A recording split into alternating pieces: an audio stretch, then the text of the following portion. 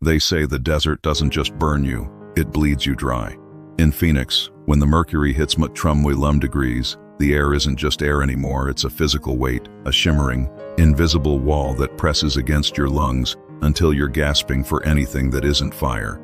But as I sat in my favorite armchair on that Tuesday in July, watching the dust motes dance in a stray beam of sunlight, I didn't realize the heat was the least of my problems. I didn't realize that the man who had just handed me a glass of ice-cold lemonade was the same man who was systematically erasing my family from the face of the earth. My name is Robert Mitchell. I'm 68 years old, and for the last 3 years I've lived in a world of carefully constructed shadows. I thought I was lucky. I thought, in the twilight of my life, I had been blessed with a daughter who loved me and a son-in-law who was a saint. Dylan Reeves was the kind of man every father wants for his daughter, attentive, hardworking, and seemingly devoted to the legacy of the Mitchell name. He was an HVAC engineer by trade, a man of cold steel and precision, and when my wife, Linda, passed away in Hangin Lair Mui Chin, he was the one who caught me before I hit the floor. But as I look back now, I see the cracks. I see the way his smiles never quite reached his eyes, and how his kindness always felt a little too much like a transaction. I just didn't want to see it then. I was a grieving widower, a man whose world had been hollowed out, and I was all too happy to let Dylan and my daughter, Jessica, fill that void. They moved me into their sprawling ranch-style home in Scottsdale, tucked me into a beautiful guest suite, and told me I'd never have to worry about a thing again. I should have known that when someone tells you not to worry, that's exactly when you should start looking over your shoulder. The day everything unraveled began with a silence that felt heavier than the heat. I woke up at 9 a.m., my t-shirt sticking to my back, the familiar, comforting hum of the central air conditioning noticeably absent. In Arizona, the silence of a dead AC unit is the sound of a looming catastrophe. I checked the thermostat in the hallway, Chinmui high degrees and climbing. Dylan was already gone, having left the night before for a high-priority emergency contract in Houston. Jessica and my granddaughter Emma were in Tucson visiting friends. I was alone in that massive, silent house, and the heat was already starting to make my head throb. This wasn't just a minor inconvenience. I'm a man with a heart condition, and degrees is a death sentence if you aren't careful. I tried calling Dylan first. It went straight to voicemail. I tried Jessica. No answer. I felt a flicker of annoyance, the kind you feel when the people you rely on most are suddenly out of reach. But as the temperature hit Chinmui Tarm inside the house by Mui, am annoyance turned into survival instinct. I couldn't wait for Dylan to get back. I opened the local directory and called the first Haimui born hour emergency service that answered. Brennan HVAC, a young, crisp voice said, "We can have someone there in 40 minutes. It'll be an emergency fee, sir." "I don't care about the fee," I rasped, my throat feeling like it was lined with sandpaper. "Just get someone here." While I waited, I sat on the porch, trying to catch a breeze that didn't exist. My mind drifted back to Linda. She had died in her sleep 4 years ago, right as the summer heat was starting to break. The doctors called it sudden cardiac event, a catch-all term for we don't really know. She'd been so tired in those final months. Constant headaches, dizzy spells, a strange, metallic taste in her mouth she couldn't explain. I remember Dylan being so helpful then, checking our vents, changing filters, making sure the air she breathed was pure. He'd been so devastated when she died. Or at least, that's what I told myself. A white van pulled into the driveway, snapping me out of the past. A young man stepped out, his tool belt jingling with a sound that, for some reason, made my skin crawl. His name was Ryan. He looked like a man who took his job seriously, eyes sharp, movements efficient. "Mr. Mitchell, I'm Ryan. Let's get you some cold air," he said, giving me a sympathetic look as he noted my trembling hands. He started outside at the condenser. I followed him, desperate for the distraction. He frowned as he poked around the unit. "Compressor's fine. Freon levels are perfect." "This isn't an outdoor issue, sir. I need to check the air handler." "It's in the attic," I said, pointing toward the hallway. "My son-in-law usually handles all of this. He's an engineer. He's very particular about the system." Ryan nodded, but he didn't look impressed. "Well, even engineers miss things. Let's take a look."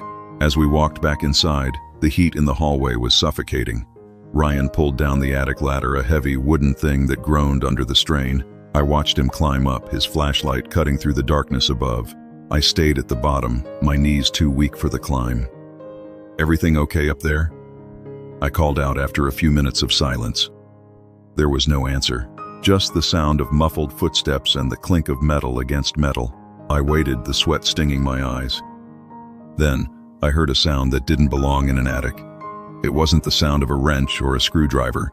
It was a soft, rhythmic thud, like a heartbeat, or a footstep.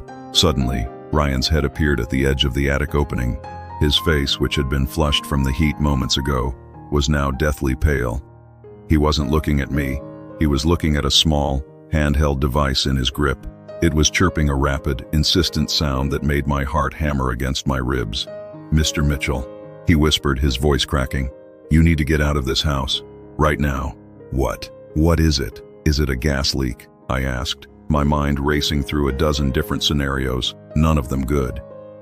"It's carbon monoxide," Ryan said, scrambling down the ladder with a frantic energy that terrified me. "The levels in your hallway are high, but up there? Up there, they're lethal. But that's not the problem, sir. That's not why I'm telling you to run." He grabbed his tool bag, but his eyes were darting toward the front door. He leaned in close, his voice barely a breath. "The system. It hasn't malfunctioned. Someone has bypassed the safety sensors. Someone has manually rerouted the exhaust back into the house, specifically into your bedroom and one other place." "One other place?" I stammered, my head spinning. "What are you talking about, Ryan?" "There's nothing else up there but storage." Ryan looked at me then, and the pity in his eyes was worse than the fear. He reached into his pocket and pulled out his phone. "I took a photo before I ran. I didn't want to believe it, but I've seen enough job sites to know a custom job when I see one." He flipped the screen toward me. The image was grainy, illuminated only by his flashlight. It showed a corner of the attic. I had never seen a space hidden behind a false wall of stacked moving boxes. Behind those boxes was a door, a heavy, steel-reinforced door that looked like it belonged in a prison, not a suburban ranch house. And across that door were 5 massive, industrial-grade padlocks. "There's a room up there, Mr. Mitchell," Ryan said, his hand shaking as he swiped to the next photo. "A room that isn't on the blueprints, and the carbon monoxide, it's being funneled directly into it through a dedicated duct." I stared at the photo, my brain refusing to process what I was seeing. Dylan had told me the attic was unstable. He'd told me the floorboards were rotted and that I should never, under any circumstances, go up there. He'd told me he'd taken care of everything. "I heard something," Ryan continued, his voice dropping even lower. "I heard a scratch, like someone was trying to claw their way out. And then I saw this." He pointed to the bottom of the steel door in the photo. There, etched into the wood of the frame just inches above the floor, was a single word. It was faint, carved with something sharp, maybe a fingernail, maybe a piece of wire. "Help." My phone vibrated in my pocket. I pulled it out, my fingers numb. It was a text from Dylan. "Hey Robert, just checking in. The AC might act up today. It's the heat. Don't worry about it. I'll be home tonight to fix everything. Stay in your room and keep the door shut. Love you, Dad." I looked at the phone, then at Ryan, then up at the dark, yawning mouth of the attic. The mice I'd heard scratching at night, the pipes that groaned. The way Linda had drifted away into a sleep she never woke up from. "Mr. Mitchell," Ryan said, grabbing my arm, "we have to call the police, now." I didn't answer him. I couldn't. I was looking at the stairs, thinking about my son, Marcus, my son, who had supposedly died in an oil rig explosion in Alaska 3 years ago, the son whose body was never recovered, the son whose life insurance policy had paid out millions that Dylan and Jessica had managed for me. I looked at the 5 padlocks on that door in the photo. "Give me your crowbar," I said, my voice sounding like it was coming from 1,000 miles away. "Sir, the gas. Give me the damn crowbar," I roared. I didn't wait for him to hand it to me. I grabbed it from his open bag and turned toward the ladder. My knees didn't ache anymore. The heat didn't matter.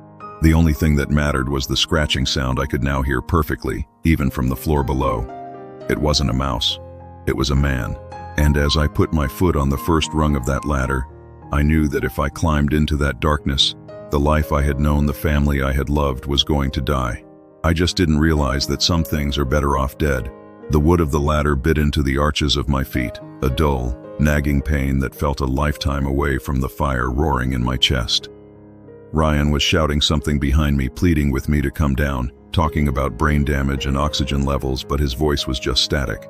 All I could hear was that rhythmic, desperate scratching from above. It was the sound of someone who had forgotten how to scream and had settled for trying to claw through reality with their fingernails. I reached the top and rolled onto the attic floorboards. The air up here didn't just feel hot, it felt thick and poisonous, like breathing in liquid lead.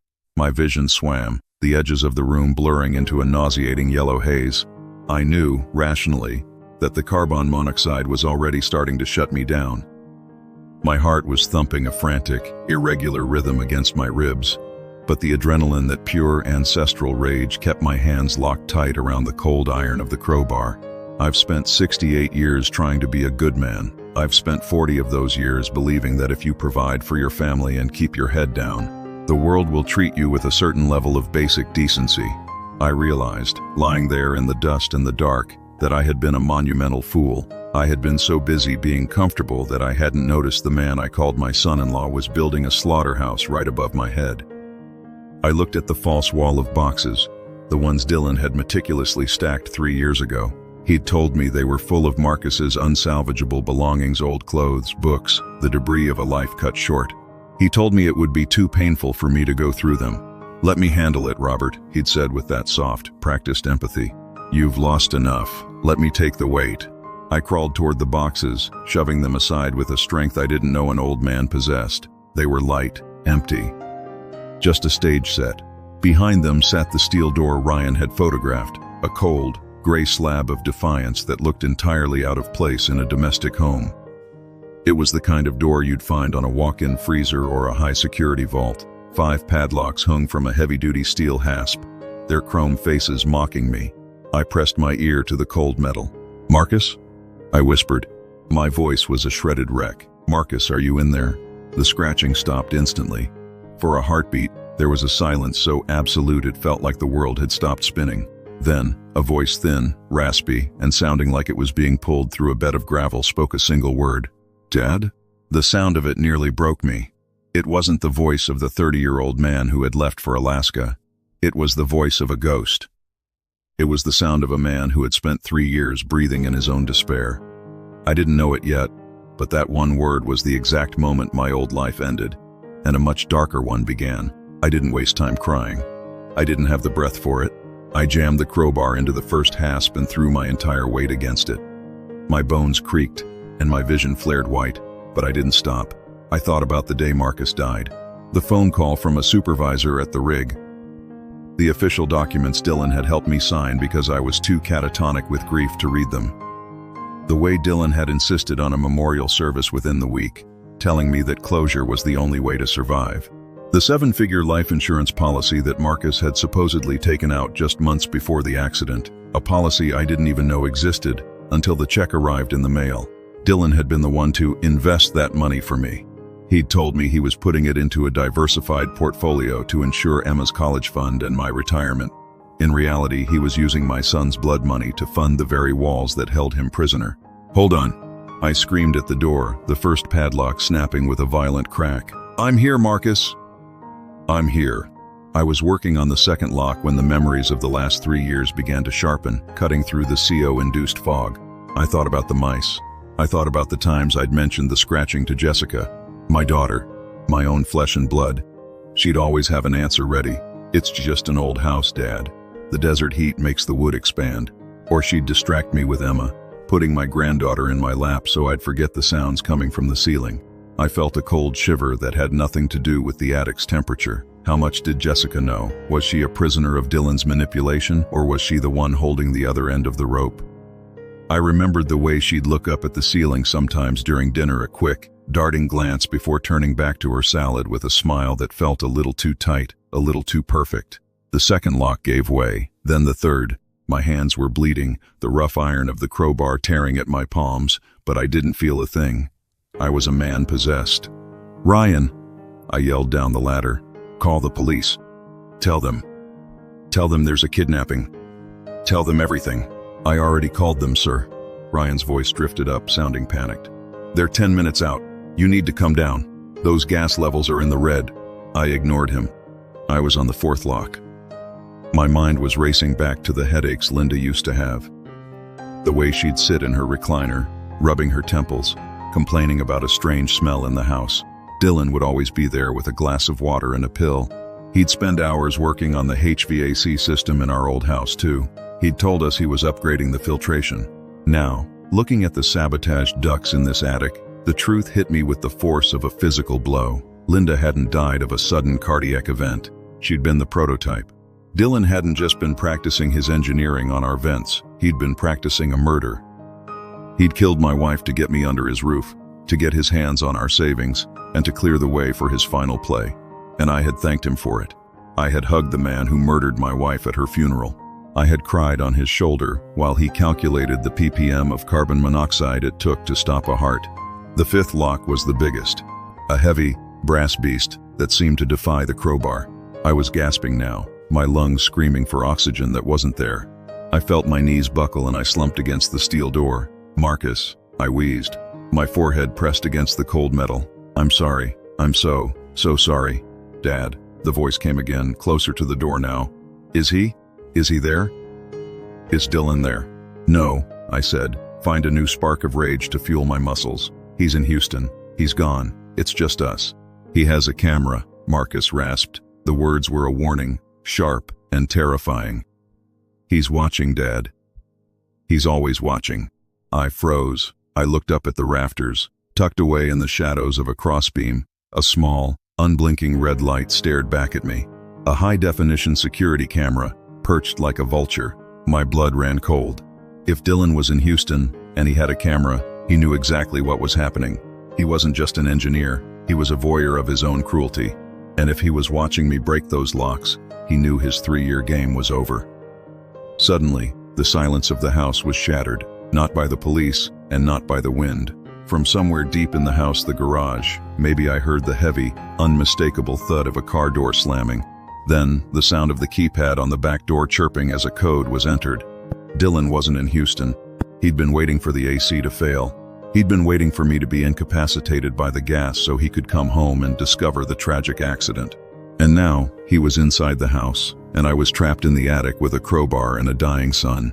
I heard his footsteps on the hardwood downstairs. They weren't rushed. They were slow, methodical. The sound of a man who knew he had already won. "Robert?"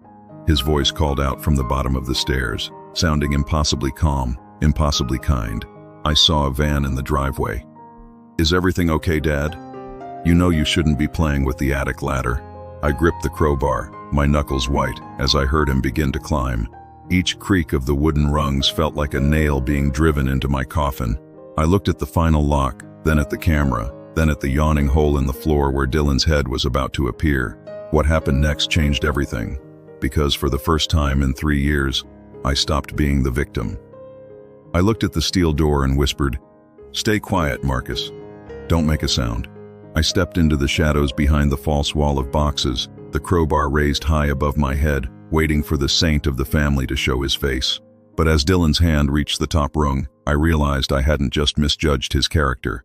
I had misjudged exactly how many people were involved in this nightmare. Because Dylan wasn't alone. The wooden ladder groaned a slow, rhythmic protest under the weight of 2 people. I pressed my back against the rough, unfinished attic studs, the crowbar heavy and cold in my sweat-slicked palms. My heart was a frantic bird trapped in a cage of ribs, and every breath I drew was a lungful of that invisible, metallic poison. Dylan's head appeared first. He looked exactly the same as he had that morning crisp polo shirt, hair perfectly groomed, a look of mild, paternal concern etched onto his face. He stepped onto the attic floorboards with the grace of a man who owned every square inch of the world he stood upon. "Robert," he said, his voice as smooth as polished stone, "you really shouldn't be up here. The CO sensors are tripping, and you're not as young as you used to be. You're going to hurt yourself." I didn't move. I stayed tucked in the shadows behind the empty boxes, watching him. He didn't see me yet. His eyes were fixed on the steel door, on the 4 broken padlocks dangling like severed limbs. His expression didn't shift into panic. It shifted into something far worse, disappointment. "I told you I'd handle the AC, Robert," he sighed, walking toward the door. "I told you to trust me, and I told you I'd be right behind you, Dylan," a second voice said. My soul withered. Jessica stepped off the ladder. My daughter, my little girl. She was wearing her yoga leggings and a sweatshirt, her hair pulled back in a messy bun. She looked like she'd just come from the grocery store, except for the look in her eyes. It wasn't fear. It wasn't even guilt. It was a weary, exhausted kind of resignation. "Is he still in there?" Jessica asked, her voice flat, devoid of the bubbly warmth she'd used to greet me every morning for 3 years. "He's in there," Dylan said, reaching into his pocket and pulling out a heavy ring of keys. "And it looks like your father has been busy. He's a lot more industrious than we gave him credit for." I stepped out of the shadows then, the crowbar trembling in my grip. "Jessica," I rasped. She flinched just a tiny, infinitesimal jerk of her shoulders, but she didn't look away. She didn't cry. She just stared at me like I was a problem she hadn't quite figured out how to solve yet. "Dad," she said, "you weren't supposed to find out. Not like this. We had a plan for you. A comfortable plan." "A comfortable plan?" I roared, the sound tearing at my throat. "You have your brother locked in a box. You've been poisoning me for months. You killed your mother." Jessica's eyes flickered then, a flash of something, grief, remorse. It was gone before I could catch it. "Mom was an accident, Robert," Dylan interjected, stepping in front of Jessica as if to shield her. The levels were too high that night. I was still calibrating the system. It was a tragedy, truly. But Marcus? Marcus was a necessity. "He's your brother, Jessica," I screamed, turning my gaze to her. "How could you let him do this? How could you sit at the table with me and talk about the accident in Alaska while he was screaming 10 feet above your head?" "He wasn't screaming, Dad," she said, her voice rising with a sudden, jagged edge of bitterness. "Not after the first month. He knew. He knew why he was there." "Why?" I demanded. "For the money? For the insurance payout? I would have given you everything. You didn't have to do this." "It wasn't just the insurance, Robert," Dylan said, taking a step toward me. He didn't look like a saint anymore. He looked like a wolf that had finally grown tired of the sheepskin. "Marcus found something in Alaska, something he wasn't supposed to find. A digital ledger from his company, proof of a massive embezzlement scheme that involved some very sensitive people I happened to work for." I blinked, the CO fog making it hard to follow. "What are you talking about?" "Marcus was going to be a whistleblower," Dylan explained, his tone almost conversational. "He was going to blow the whistle on a $50 million operation. My job was to stop him, but killing him, that would have drawn too much heat. A disappearance? That's clean. A disappearance followed by a slow, untraceable illness for the rest of the family. That's a legacy." "You're a monster," I whispered. "I'm a provider," Dylan countered. "I've kept this family in a $10 million home. I've ensured Emma will never want for anything. And all I asked in return was your silence and your gradual transition." Behind the steel door, Marcus began to beat against the metal. "Dad, get out! He has a gun! Dad!" I saw Dylan's hand drift toward the small of his back. I didn't think. I didn't calculate. I swung the crowbar with every ounce of rage I had stored up for the last 4 years. I wasn't aiming for Dylan. I was aiming for the gas line. The iron bar slammed into the main copper feed for the HVAC system, the one Dylan had modified to bypass the safety vents. The metal hissed, a violent, high-pitched scream as the concentrated carbon monoxide and natural gas began to vent directly into the small, cramped attic space. "What are you doing?" Dylan yelled, lunging for me. I ducked behind the steel door's frame, the hiss of the gas deafening. "If we're going to die in our sleep, Dylan, let's skip the sleep." The attic was filling fast. I could see the shimmer in the air. Jessica screamed, covering her mouth, scrambling back toward the ladder. Dylan pulled a small black pistol from his waistband, but he was coughing now, his movements sluggish and uncoordinated. The gas was hitting him harder, because he was standing right in the path of the ruptured line. I jammed the crowbar into the final padlock on the door. I didn't have the strength to pry it, so I used the bar as a lever, throwing my entire body weight against it. Snap, the final lock shattered. I pulled the heavy steel handle, and the door swung open. The smell that rolled out of that room was the smell of a tomb. It was the scent of unwashed skin, rot, and 3 years of stagnant air. In the dim light of the attic, I saw a figure huddled on a thin, stained mattress. He was skeletal, his hair a matted gray mane, his skin the color of old parchment. "Marcus," I sobbed, reaching in and grabbing his arm. He felt like a bundle of dry sticks. "Dad," he wheezed, his eyes wide and unfocused. I hauled him out. He weighed almost nothing. I draped his arm over my shoulder, my own legs shaking so hard I thought they would snap. Behind us, Dylan was on his knees, fumbling with his gun, his face turning a dark, bruised purple. Jessica was already halfway down the ladder, her muffled sobs echoing from below. You," You old. Dylan tried to speak, but he collapsed forward, the gun clattering onto the floorboards. I didn't stop to help him. I didn't even look back. I dragged Marcus toward the ladder. Every step was a battle against the darkness closing in on my vision. My lungs felt like they were full of broken glass. "Ryan," I screamed as we reached the opening. "Ryan, help us!" Hands reached up. Strong, young hands. Ryan, the AC tech, hadn't run away. He'd stayed at the base of the ladder, his shirt pulled over his face as a makeshift mask. He grabbed Marcus first, hoisting him down with a grunt of effort. Then he reached for me. I tumbled down the ladder, hitting the hallway floor with a bone-jarring thud. The air in the house was better, but not by much. "Out." "Get out," Ryan yelled, grabbing both of us by our collars and dragging us toward the front door. We burst out onto the lawn. The Mutrum-Mui-Lum-degree heat hit me like a physical blow, but for the first time in 3 years, it felt like heaven. It was hot, yes, but it was clean. I rolled onto my back, gasping, watching the blue Scottsdale sky spin above me. Beside me, Marcus was curled in a fetal position, shielding his eyes from the sun he hadn't seen in 1,000 days. He was shaking, a low, broken sound coming from his throat. I looked toward the house. Jessica was standing on the driveway, her face a mask of horror. She looked at me, then at the skeletal remains of her brother, and then she turned and ran. She didn't go to the house, she ran toward her car. But she didn't get far. The sirens were already screaming down the block. Ryan had called them long ago. 4 police cruisers tore around the corner, tires screeching as they boxed in her SUV. I closed my eyes, the adrenaline finally leaving my system, replaced by a cold, numbing exhaustion. I heard the officers shouting, the sound of car doors slamming, the frantic questions of paramedics. I felt a hand on my arm. It was Marcus. He had crawled over to me, his fingers digging into my sleeve. "Dad," he whispered, his eyes finally finding mine. "I've got you, son," I said, my voice breaking. "I've got you." "The ledger," he rasped, his breath hitching. "Dylan doesn't have it. I hid it. I hid it, in the one place he never looked." I looked at him, confused. "Where, Marcus?" He leaned in, his voice a ghost of a secret that was about to burn the world down. "In Mom's casket, Dad." I put it in her hand before they closed the lid. Dylan killed her for the money, but she's the one holding the key to his grave. My heart stopped. I looked at the house, where smoke was now beginning to curl from the attic vents. The gas I'd released had finally found a spark.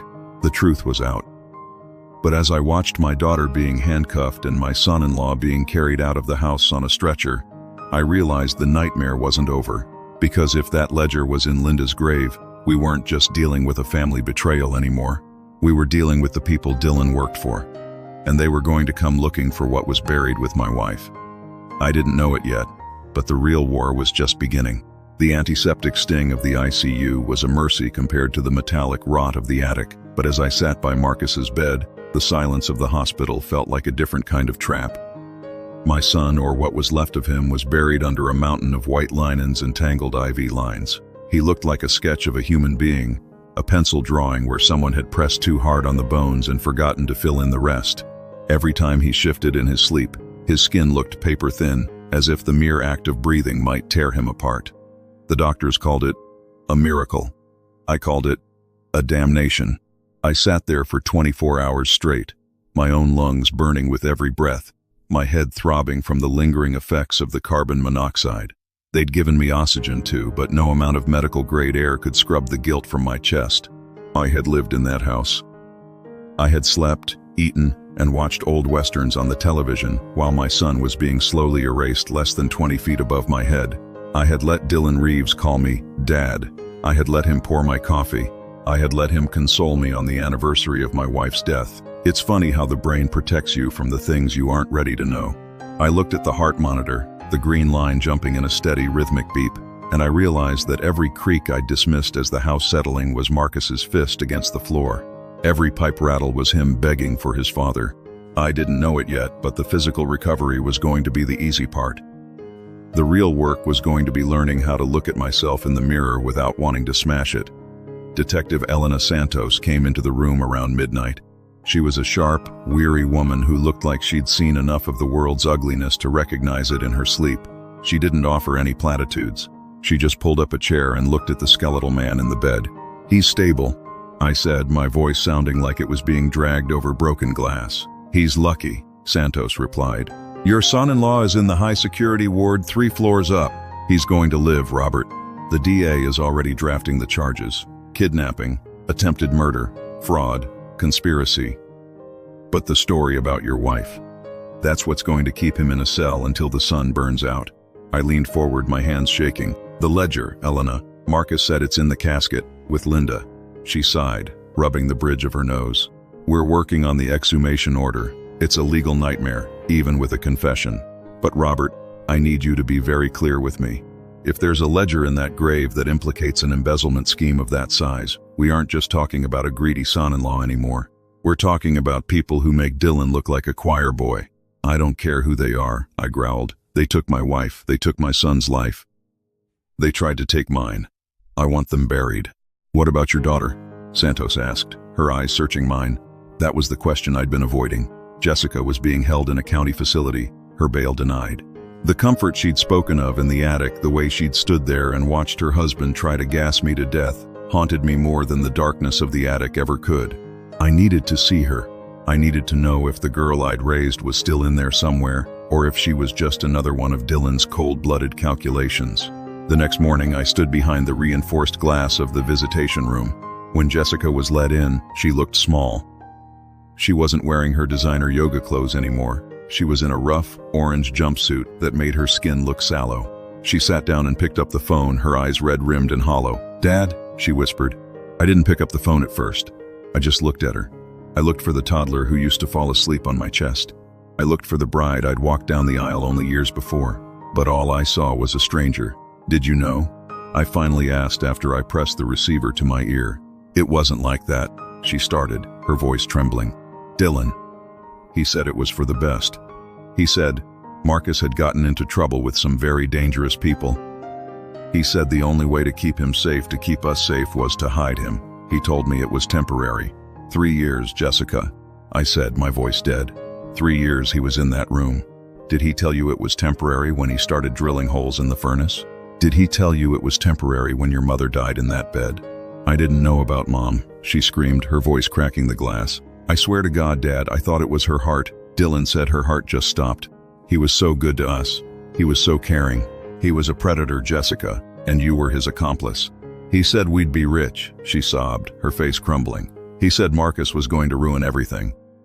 He said if I said a word, those people from Alaska would come and kill Emma. I did it for Emma, Dad. I did it to protect my daughter. The manipulation was so seamless it almost worked.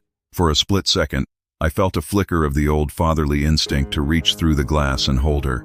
But then, I remembered the way she'd stood in the attic. I remembered the flat, icy tone of her voice when she asked if Marcus was still in there. You didn't do it for Emma, I said. You did it because you liked the house. You liked the cars. You liked the life his blood bought you. You watched me grieve for a son who was alive, and you watched me wither away from the same gas that killed your mother. You aren't a victim, Jessica. You're a ghost. I hung up the phone before she could respond. I walked out of that jail and into the blinding Arizona sun, feeling more alone than I ever had in my life. But the betrayal wasn't finished with me. I went back to the hospital, but I didn't go to Marcus's room first. I went to the high-security floor. I had to see him. I had to see the man who had orchestrated the slow-motion execution of my entire family. Dylan was propped up in his bed, a single handcuff tethering his wrist to the rail. He had a bandage on his forehead where the bricks had caught him, but he looked remarkably composed. When he saw me, he didn't flinch. He didn't beg for forgiveness. He just smiled, that same, polite, engineer's smile that had fooled me for years. Robert, he said, I heard they're moving Marcus to a rehab facility soon. That's good. He was always a resilient boy. I'm going to watch them put the needle in your arm, Dylan, I said, standing at the foot of his bed. You really should thank me, he said, his voice dropping to a chilling whisper. I gave Linda a peaceful exit, no pain, just sleep. Most people pay a lot of money for a death that kind. And Marcus? I kept him alive. I could have ended him on day one, but I didn't. I gave him 3 more years of life than he would have had if I'd let him go back to Alaska. I moved toward him, my hands curling into fists, but the guard at the door cleared his throat, a warning. I forced myself to stay still. The ledger, I said. We know where it is. The smile on Dylan's face didn't falter, but something in his eyes shifted. It was a flicker of genuine amusement. The ledger? Robert, do you really think I'm the biggest monster in this story? I was the buffer. I was the one keeping the wolves away from your door. By bringing that ledger up from the ground, you aren't getting justice. You're ringing a dinner bell. Is that supposed to scare me? It's supposed to educate you, Dylan said. There are people who have spent millions making sure that book stays buried. If you dig it up, you aren't just exhuming your wife. You're inviting them into your living room. You think I was bad? Wait until you meet my employers. I walked away from him, his laughter echoing in the sterile hallway. I told myself he was just trying to manipulate me one last time, trying to use fear to stop the truth from coming out. But as I got into the elevator, my phone buzzed. It was an unknown number. I answered it, expecting a telemarketer or a lawyer. Instead, there was a long silence, followed by the sound of a child laughing. It was a recording. It was Emma. Grandpa, look at the sandcastle I made. Dylan says we're going to build a big one in the attic. The recording cut off. A text message followed a second later. Some things are meant to stay buried, Robert. Don't dig up what you can't afford to lose. I felt the floor drop out from under me. Emma was supposed to be safe with her grandmother in Tucson. I dialed the number for the house in Tucson, my heart hammering against my ribs. It rang and rang, but nobody picked up. I didn't know it yet, but Dylan hadn't been working alone. He was just the architect. The people who were paying for the house were already on their way, and they didn't care about family secrets. They only cared about the dead. I looked at the elevator doors as they opened, and I realized that to save my granddaughter and my son, I was going to have to go back to the one place I never wanted to see again. I was going to have to go back to the cemetery. Because the ledger wasn't just proof of a crime, it was a death warrant, and someone was already there, waiting for me in the dark among the headstones. The drive to Tucson was a blur of shimmering asphalt and the white-hot panic screaming in the back of my skull. I had the pedal pushed so far into the floorboards of my old sedan that I could feel the engine vibrating through the soles of my shoes, a mechanical mirror to the frantic rhythm of my heart. I called Jessica's mother, Martha, 6 times. Each time the call timed out into a sterile digital silence. I didn't know it yet, but my silence was being orchestrated by people who had spent decades mastering the art of the disappear. Dylan's words in the hospital room ringing a dinner bell echoed over the rush of the wind through my cracked window. I had thought Dylan was the monster. I had thought he was the architect of our ruin. But as I watched the saguaros fly past like skeletal sentinels, I realized he was just the foreman. He was the one who got his hands dirty while the people above him stayed clean, safe, and wealthy. And now that I was reaching for the truth buried in Linda's grave, I had stepped out of a family drama and into a war zone. I pulled into Martha's driveway in a cloud of dust and gravel. The house was quiet. Too quiet. In a neighborhood where children usually played on the sidewalks and neighbors waved from their porches, the stillness felt heavy, like a shroud. I didn't knock. I threw my shoulder against the front door, and to my horror, it swung open with a soft, inviting click. It wasn't locked. Emma? Martha? I yelled, my voice cracking. I ran through the living room, past the framed photos of Jessica as a child, past the smell of cinnamon and old books. I found Martha in the kitchen. She was sitting at the table, a half-finished cup of tea in front of her. She didn't look up when I entered. She just stared at the wall, her eyes wide and glassy, her hands folded neatly in her lap. Martha? I touched her shoulder. She was stone cold. There was no blood, no sign of a struggle. Just a small purple bruise on the side of her neck, barely visible. My stomach turned. This wasn't a crime of passion. It was a professional hit. They'd moved with the silence of a shadow, and they'd left her there like a piece of discarded furniture. Emma! I screamed, racing toward the back of the house. Her bedroom was empty. The bed was made. Her favorite stuffed rabbit, the one Marcus had sent her years ago, was tucked under the pillow, but Emma was gone. On her small, white desk, lying right on top of a drawing she'd been working on, was a single, black business card. It had no name, no phone number, just an embossed logo of an owl with its wings spread wide. The foundation. The people Dylan had been protecting.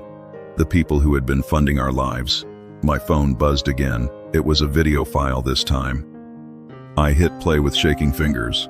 The footage was handheld, slightly shaky. It showed Emma sitting in the back of a black SUV, her face pressed against the window. She looked confused, but not terrified. Not yet. A man's hand reached into the frame and stroked her hair with a sickening, fatherly tenderness. She's such a bright girl, Robert. A voice whispered over the recording. "She's been asking for her grandpa. We told her you're meeting us at the cemetery. Don't make us liars." I didn't call the police. I knew, with a terrifying clarity, that if I brought sirens to that graveyard, Emma would never leave it. This was between me and the owl.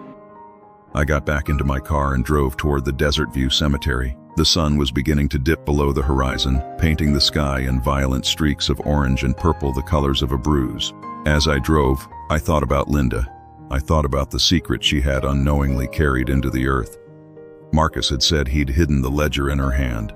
My son, even in his drugged, desperate state, had realized that the only place Dylan would never look was inside the woman he had killed.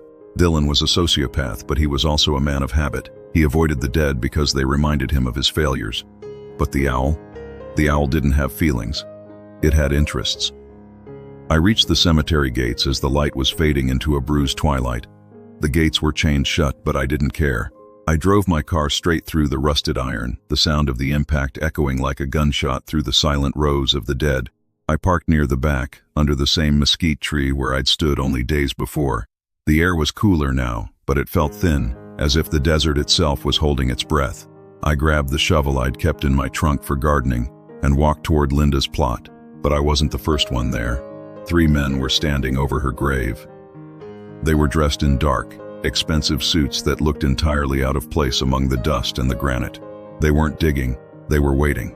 In the center of them sat a small, portable chair, and in that chair sat a man who looked like he had been carved out of dry wood. He was older than me, with hair the color of bone and eyes that seemed to swallow the little light that remained. And in his lap, playing with a small handheld game, was Emma. "Grandpa," she yelled when she saw me, her face lighting up. She started to stand, but the old man placed a gentle, firm hand on her shoulder. "Stay seated, Emma," he said, his voice a melodic, cultured rasp. "Your grandfather and I have some business to discuss. Why don't you finish your level?" I stood 20 feet away, the shovel gripped so hard my knuckles were white. "Let her go," I said, the words vibrating with a rage I could barely contain. "In time, Robert," the man said. He stood up slowly, leaning on a silver-headed cane. "My name is Julian Thorne. I represent the interests that your son-in-law so clumsily managed." Dylan was a talented engineer, but a mediocre criminal. He allowed his personal greed to complicate a very simple arrangement. "You killed Martha," I said. Julian shrugged, a tiny, elegant movement. "Martha was an unfortunate necessity. She was observant. And we couldn't have her complicating Emma's transition. But you, Robert, you're a man of legacy. I think you understand the value of keeping things quiet." He gestured toward the grave. "Your son claims there is a piece of property buried with your wife, a ledger that belongs to us. I want it back, and in exchange I will return your granddaughter to you, and we will forget that the Mitchell family ever existed." "And Marcus?" I asked. "Marcus is a whistleblower," Julian said, his eyes turning cold. "Whistleblowers are like weeds. They have to be pulled by the root. But for you, I'm willing to negotiate. Give me the ledger, and I'll let you take the girl and go. You can spend your remaining years in a very comfortable silence." I looked at Emma. She was looking at me now, her brow furrowed, sensing for the first time that something was deeply wrong. I looked at the grave. I thought about Linda, lying down there in the dark, clutching the proof of their sins. I knew that if I gave him that book, we were dead anyway. Julian Thorne didn't leave witnesses. He left necessities. When my only leverage was that I was the only one who knew exactly where in the casket the ledger was hidden. Marcus had whispered it to me, a detail Dylan hadn't heard. "I'll dig it up," I said, stepping forward. "I have men for that, Robert." Julian smiled. "No," I said, my voice hardening. "You don't touch her. I'm the only one who opens that casket. You want the book? You let me do it, and you move Emma back to the car. If I see anyone near her, I'll burn the ledger before you can take a step." I pulled a lighter from my pocket and held it up. Julian studied me for a long, agonizing moment. Then, he nodded. One of the suited men took Emma's hand and led her back toward a black SUV parked 50 yards away. She looked back at me, her eyes wide with fear. "Start digging, Robert," Julian said, leaning on his cane. "The moon is rising, and I have a flight to catch." I plunged the shovel into the earth. The soil was dry and packed, resisting me with every stroke. Each shoveful of dirt felt like a betrayal, I was desecrating my wife's resting place to pay for the sins of the man she had welcomed into our family. As I worked, the sweat blinded me, and the exhaustion began to pull at my muscles. But then, my shovel hit something solid. Thud. The sound of metal on wood. I cleared the dirt away with my bare hands, my fingernails tearing, my breath coming in ragged gasps. I reached the lid of the casket. My heart was thundering so loud I almost didn't hear the soft click of a gun being cocked behind me. "The book, Robert," Julian said, standing right at the edge of the hole. "No." I pried open the lid. The hinges groaned, a sound that seemed to scream into the night. I didn't look at Linda. I couldn't. I reached for her hand, my fingers brushing the cold, satin lining of the casket. My hand closed around a small leather-bound volume tucked into the crook of her arm. But as I pulled it out, I realized something. The ledger wasn't just a list of names and numbers. There was something tucked inside the front cover, a small handwritten note in Linda's neat, elegant script. It was dated the week she died. "Robert, if you're reading this, it means the headaches weren't just headaches. I found what Dylan was doing. I found the vents. I'm putting this where he'll never find it. Protect our son. He's the only one left who knows the truth about the foundation." And then, underneath her signature, was a string of numbers. Coordinates. I didn't have time to process it. I held the ledger up. "I have it." Julian reached down, his hand trembling with greed. But just as his fingers touched the leather, a searchlight cut through the darkness of the cemetery, blinding us both. "FBI!" Dropped the weapon, hands in the air. The sirens I hadn't called were suddenly everywhere. Santos hadn't waited for my permission.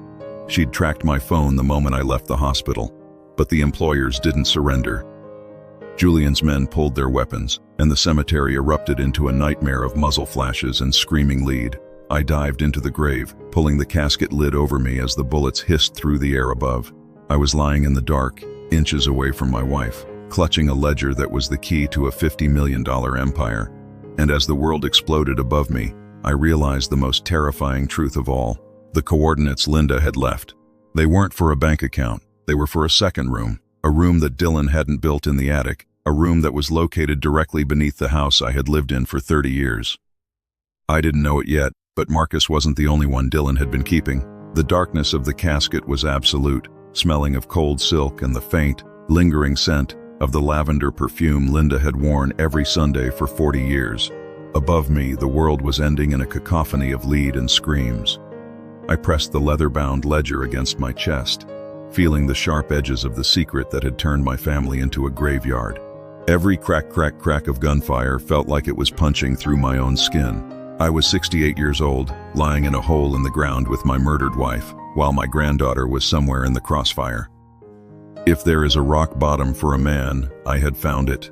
I had spent my life building a fortress of comfort, only to realize I'd built it on a foundation of shifting sand and corpses. The silence that followed the gunfire was even more terrifying than the noise. It was heavy, punctuated only by the distant, dying wail of a siren and the crunch of gravel under heavy boots. I held my breath, the lighter still clutched in my numb fingers. Robert, it's Santos. Clear, stay down, we're coming for you." I pushed the lid of the casket open, the wood groaning like a living thing. The searchlights were blinding, cutting through the desert dust.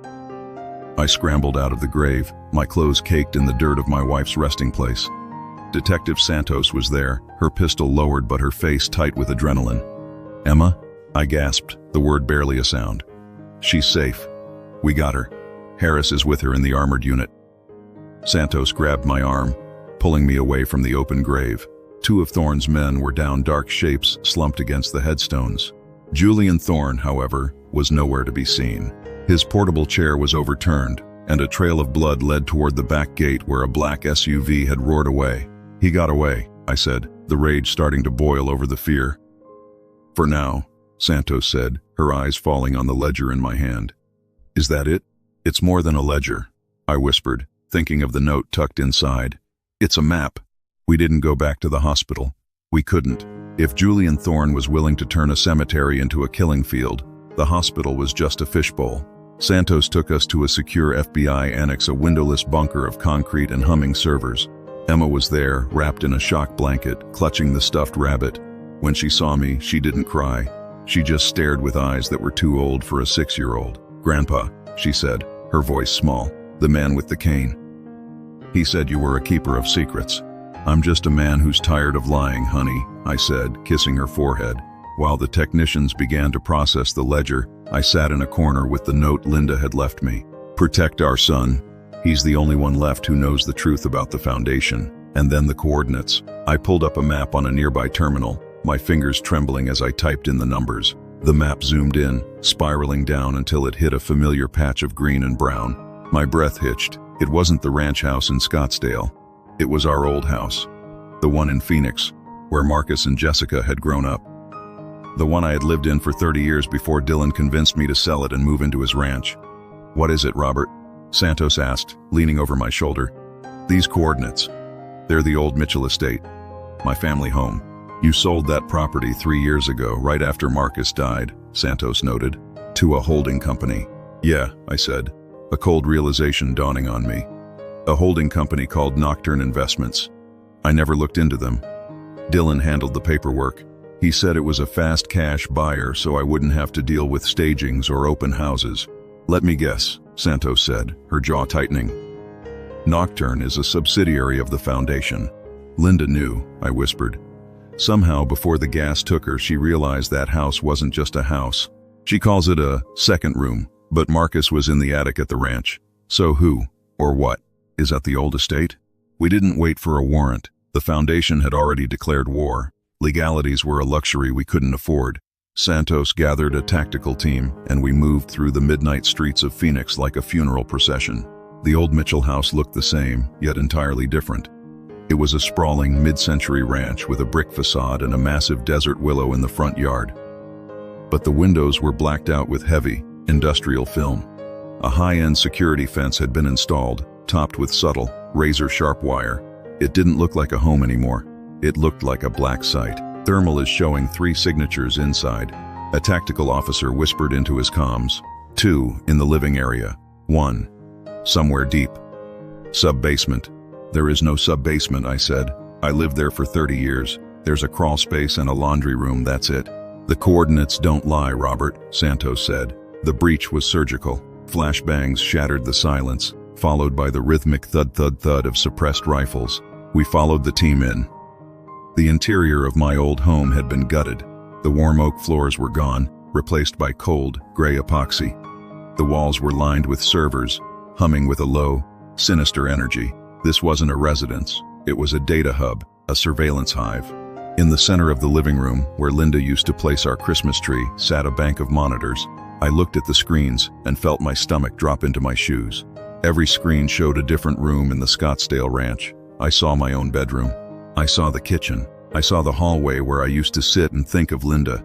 And one screen, smaller than the rest, showed the attic, the steel door, the 5 padlocks. They weren't just keeping Marcus, I whispered, the horror finally reaching its peak. They were watching us, every minute of every day. We were a lab experiment. Robert, Santos called from the hallway. You need to see this. I walked toward the back of the house, toward the laundry room.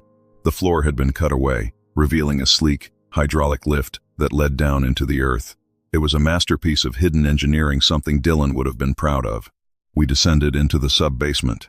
The air down here was chilled to exactly 65 degrees. It smelled of ozone and expensive soap. It was a high-tech medical suite, filled with equipment that looked like it belonged in a top-tier research hospital. And in the center of the room, behind a glass partition, was a woman. She was sitting in a chair, staring at a blank wall. She was pale, her hair a shock of white, but she was healthy. She was well-fed. She wore a simple, silk robe. When she turned to look at us, I felt my heart stop. Sarah? I gasped. It was Sarah, Marcus's wife, the woman who had supposedly disappeared in Seattle after the news of Marcus's death, the woman Marcus thought had abandoned him. Robert, she whispered, her voice trembling. Is it time? Time for what, Sarah? I asked, stepping toward the glass. To see the baby, she said, her eyes welling with tears. Dylan said. He said, Marcus was working for the Foundation now. He said Marcus was in Alaska, and the only way to keep us safe from the people who wanted to hurt him was to stay here. He told me Marcus would come for us when the project was finished. I looked at the corner of the room. There, in a high-tech bassinet, was a toddler. A little boy, maybe 2 years old, with Marcus's eyes and Sarah's smile. "The project," I said, the words feeling like ash in my mouth. "What project, Sarah?" "The bloodline," a voice said from the shadows behind us. I spun around. Julian Thorne was standing by the lift, his hand clutching a bloody bandage on his side, his cane discarded. He held a small, black remote in his other hand. Marcus was the perfect subject, Thorne rasped, his face pale from blood loss. A whistleblower with a moral compass and a genetic predisposition for resilience. We didn't want him dead, Robert. We wanted to see what happened when we stripped a man of everything: his family, his son, his hope, while we cultivated his legacy in a controlled environment. "You used my son as a stud?" I roared, moving toward him. "We used him as a blueprint," Thorne corrected. "The Foundation doesn't just embezzle money, Robert. We engineer stability, we find the best of humanity, and we preserve them. Marcus's son is the first of a new generation, one that will be raised without the weaknesses of family or loyalty." He looked at the remote. "And now that the experiment has been breached, it's time to clear the lab." "No!" Sarah screamed, throwing herself against the glass. "The FBI is outside, Thorne." Santos yelled, her gun leveled at his chest. "Drop it!" "The FBI is a temporary nuisance," Thorne smiled, his finger hovering over the button. "The Foundation is forever. But, Robert, before I go, you should know one thing. Dylan didn't kill your wife because he wanted your money. He killed her because she found the lift. She found Sarah, and she was going to tell you the truth." The realization hit me like a physical blow. Linda hadn't just been a test run for the gas. She had been a threat to the Foundation's most precious secret. Dylan hadn't murdered her for a house, he'd murdered her for a godlike empire. I looked at Sarah, then at the baby, then at the man who had turned my life into a horror movie. I didn't wait for Santos to fire. I didn't wait for the law. I launched myself at Thorne. We hit the floor hard. The remote skittered away, sliding under the server racks. I didn't care about the button anymore. I had my hands around his throat, the throat of the man who had turned my daughter into a monster and my son into a ghost.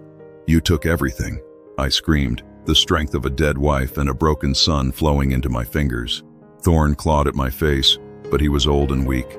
I watched the light fade from his eyes, the same way I imagine it faded from Linda's. I wanted to see him burn. I wanted to see the Foundation crumble.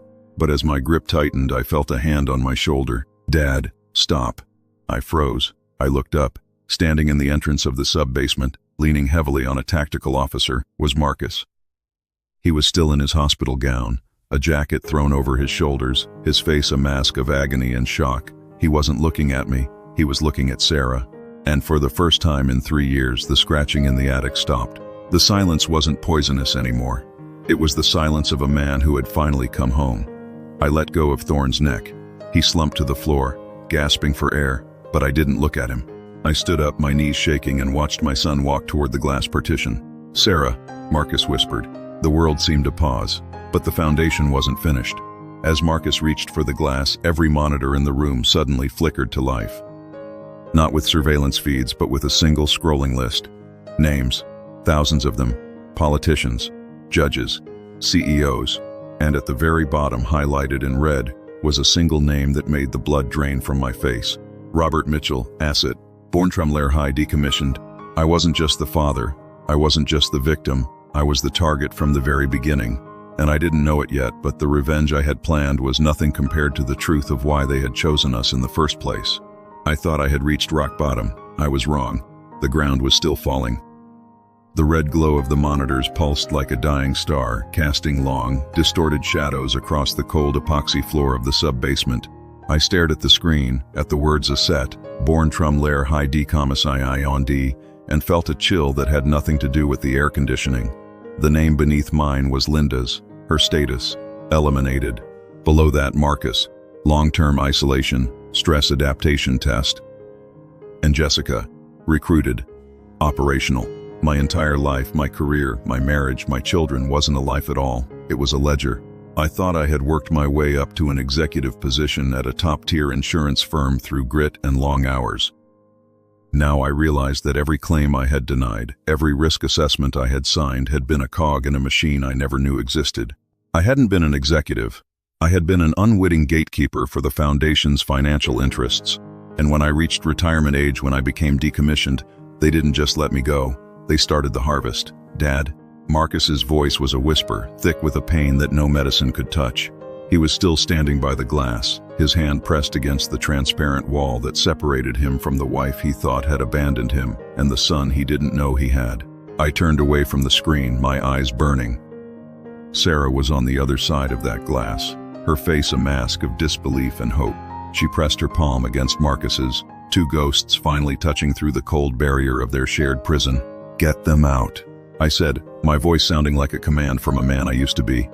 "Santos, get that door open." Detective Santos didn't argue.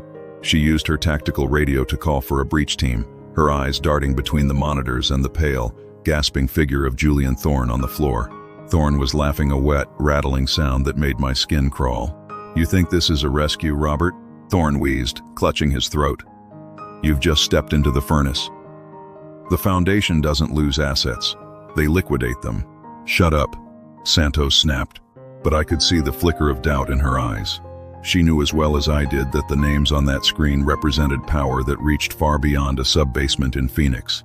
The hydraulic door hissed open, and Marcus didn't wait. He stumbled into the room, collapsing into Sarah's arms. I watched them, a skeletal man and a broken woman, sobbing in the middle of a high-tech laboratory, and I felt something inside me finally harden into stone. The grief was gone. The shock was gone. In its place was a cold, calculating clarity. I walked over to the server racks where the remote had fallen. I picked it up, feeling the weight of the plastic in my hand. Thorne watched me, his eyes widening. "What are you doing, Robert?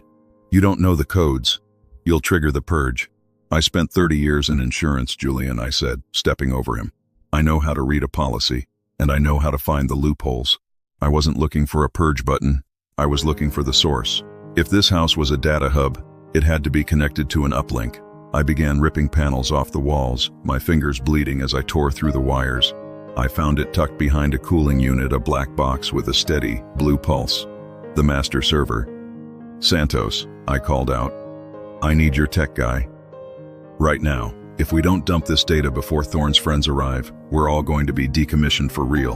The next hour was a blur of tactical movements and digital warfare. The FBI tech, a kid named Miller who looked like he'd never seen the sun, hooked his laptop into the black box. His fingers flew across the keys, his face turning pale as the files began to scroll. "Sir," Miller whispered, looking at Santos, "this isn't just embezzlement. It's everything. They have black site locations in 16 states. They have payroll records for 36 sitting judges. And Robert, they have your daughter's signature on the transfer papers for Sarah's acquisition." I looked at Marcus, who was holding his son for the first time. He didn't need to hear this. Not yet. But I did. I walked to the corner of the room, away from the reunion, and pulled Miller aside. "My daughter," I said. "Tell me exactly what she did." Miller swallowed hard. "She wasn't just Dylan's wife, Robert. She was the one who processed the human resource intake. She signed the documents that classified Sarah as biological property. She knew exactly where Sarah was the whole time. When she was sitting at your table, crying about Marcus, she was literally managing the budget for his wife's imprisonment." I felt the last thread of my heart snap. Jessica wasn't a victim of Dylan's fear. She was his partner. She was the one who had monetized her own brother's misery. "Robert," Santos said, placing a hand on my arm. "We have to move. My perimeter teams are reporting blacked out SUVs 4 blocks out. They're coming to clean this up." "Wait," I said, looking at the monitors. "The ranch house. Dylan is still there, isn't he?" "In the hospital wing?" "Yes. Why?" "Because Dylan is the only one who knows the password to the insurance folder," I said, a dark plan forming in my mind. "The ledger I found in the grave. It's encrypted. We can see the names, but we can't see the transactions. We can't prove the bribes without Dylan. We can't take him with us, Robert," Santos argued. "He's a high-priority prisoner in a medical ward. The Foundation will hit the hospital first." "Then we don't go to the hospital," I said, looking at Julian Thorne, who was now being cuffed by a tactical officer. "We use Julian. He's a keeper of secrets, right? Let's see how he feels when he's the one being used as a blueprint." We moved Sarah, Marcus, and the baby into an armored transport.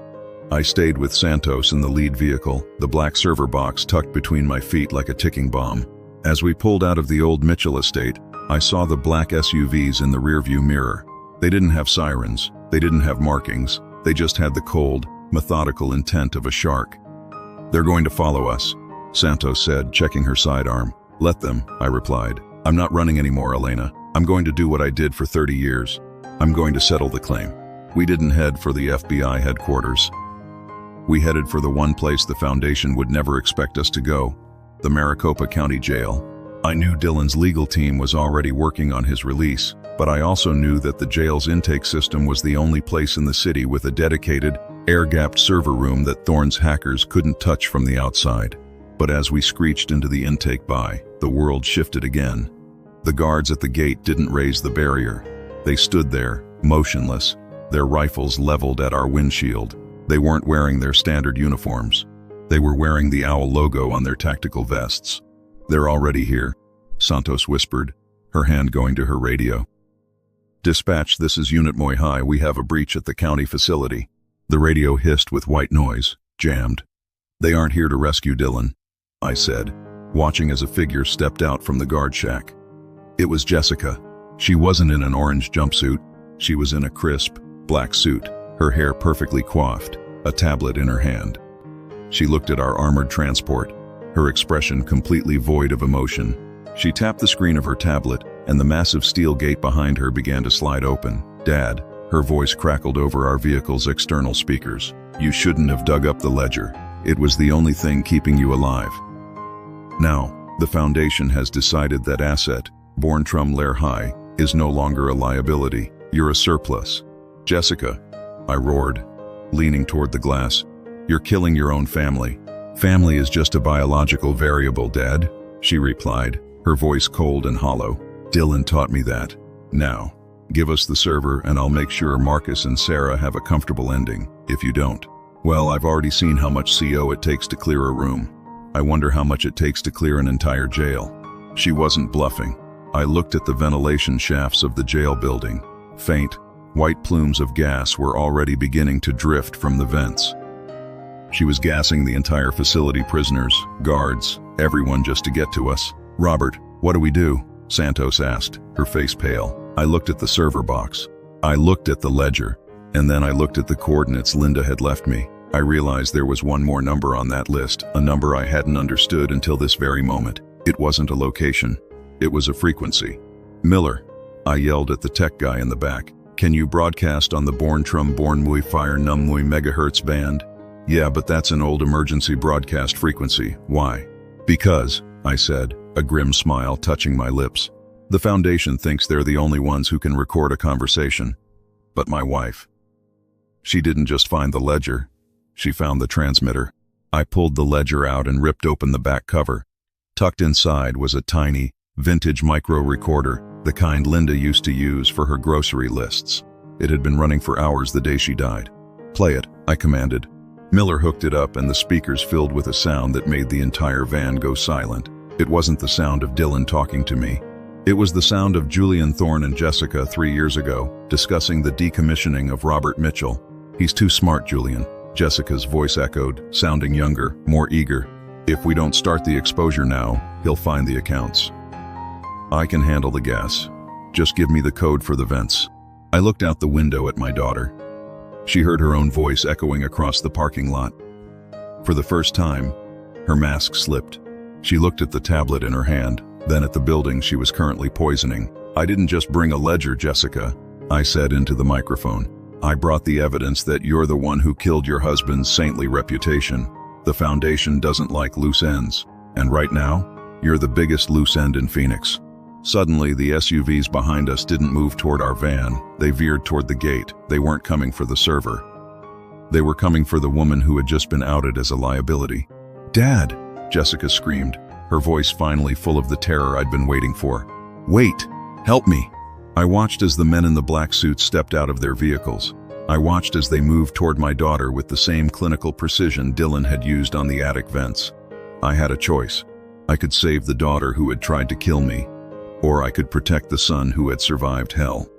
"Miller," I said, my voice as cold as the sub-basement, "dump the files. All of them. Send them to the news, the police, the dark web. I want every owl in this city to see the sun." "But Robert," Miller said, his hands shaking, "if I do that, the Foundation will burn everything.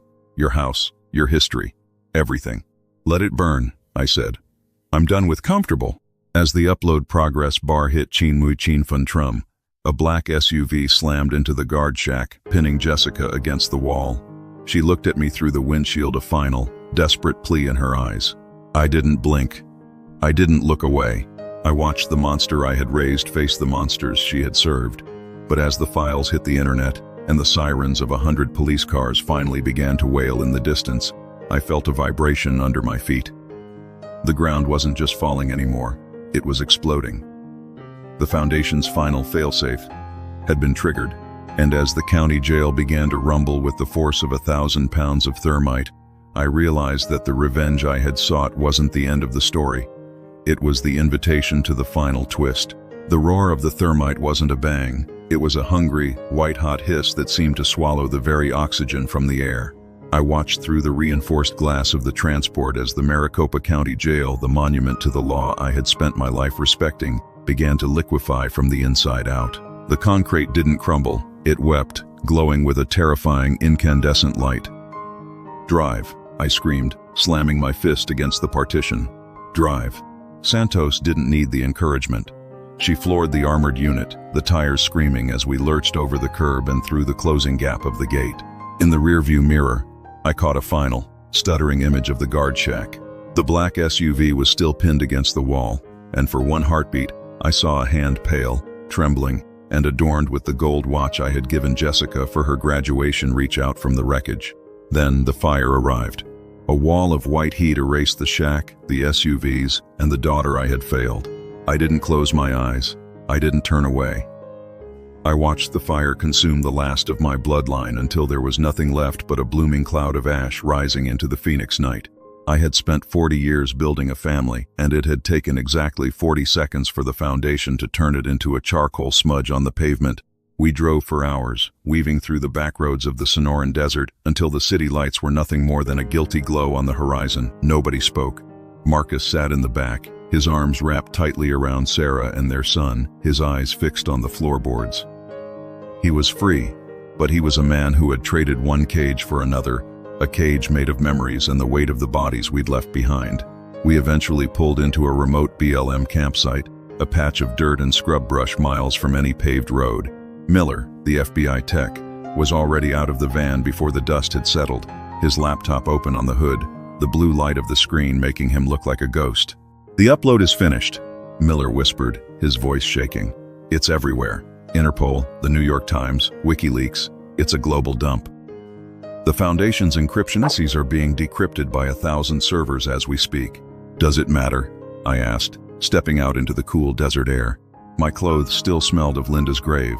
Thorne said they're everywhere. "You can't kill an idea with a data dump." "Maybe not," Miller said, looking up at me. "But you can make it impossible for them to hide in the light. Their accounts are being frozen. Their black sites are being raided. For the first time in 50 years, the owl is being hunted." I walked to the edge of the campsite, looking out at the silhouettes of the saguaros.